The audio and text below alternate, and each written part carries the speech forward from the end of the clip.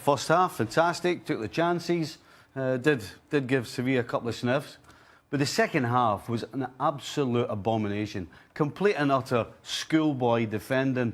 And I'll tell you what, for me, the blame has to go straight down to Klopp. When you're 3-0 away from home in Europe and you're 3 up, you keep it tight. You move up and back as a unit.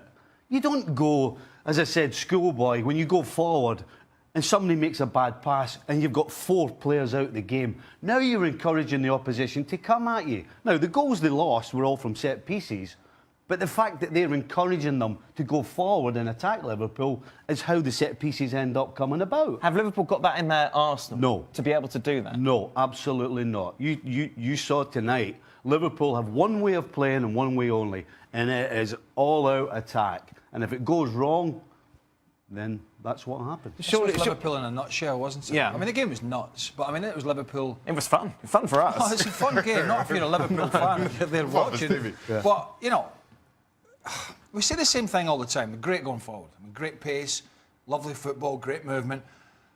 The defensive structure they have is a shocker. I mean, it really is. I mean, Alberto Moreno, Stevie mentioned it, the stupid challenge for the free kick for the first goal. Yeah. Then he's at the near post in the zonal marking and he lets the guy run across the front of him, right, because he's not aware. He's got to get across and block. Then he gives the penalty away.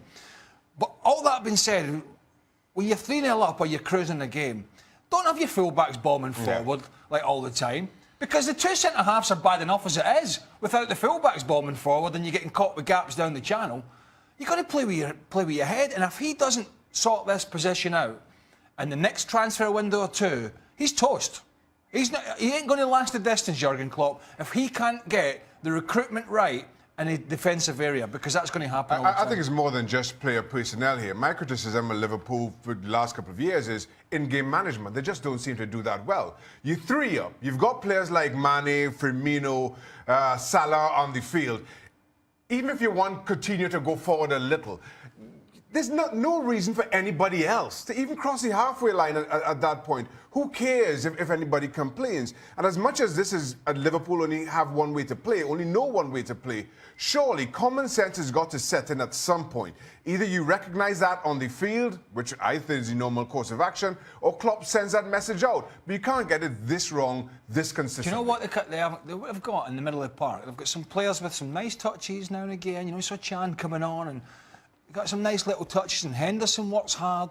They haven't got one person in there that they've always had this. They haven't got one person that says, I'm not interested in winning the game 5-0, right? I'm not interested. But you, right back, and you, left back, do not move until I tell you. I'm going to sit here in front of the back 4. I'm going to pull my midfielders in. I'm going to make sure my full-backs are tucked in nice and narrow. My wide guys are back in. We've got a nice structure, and we're going to hit them on the counter. But we ain't going to leave ourselves open. They haven't got that player. They could very easily say, right, you know what? We're always going to defend with 7 and a goalie. You 3 guys, you can get after it. But you 3 in front of the back 4, you make sure you don't get caught ahead of the ball. That way, when you lose it, you've got 7 plus a goalie to defend with. But no. They're all running past the ball. And then, of course, as I said before, you're encouraging Sevilla. And you're bringing the crowd into it as well. And that's what happens. Of course, what it means is the door is still ajar for Sevilla and indeed Spartak Moscow to qualify ahead of Liverpool. It all now will go down to that final game of the group stages at Anfield. Liverpool avoid a defeat against Spartak. They will be fine. They will qualify, no problem. For Sevilla, a big point for them in a sense that they're away against Maribor, and despite the fact Shakhtar managed a 1-1 draw, you would imagine the Spaniards should be able to get it done. This is a door that should never have been even opened slightly by Liverpool. It is now, however it's Anfield, however it's against Spartak Moscow, who could only manage a draw against Maribor. It should be fine, shouldn't it? Yeah, I mean, again, you know, I thought Liverpool would win this game, and they made a complete mess of it. They actually made a complete mess of it at home against Sevilla. Is it possible they make a mess of it? It is possible. When you defend the way Liverpool defend, that's possible. Saying that, you've got to think Liverpool are going to steamroll Spartak at home.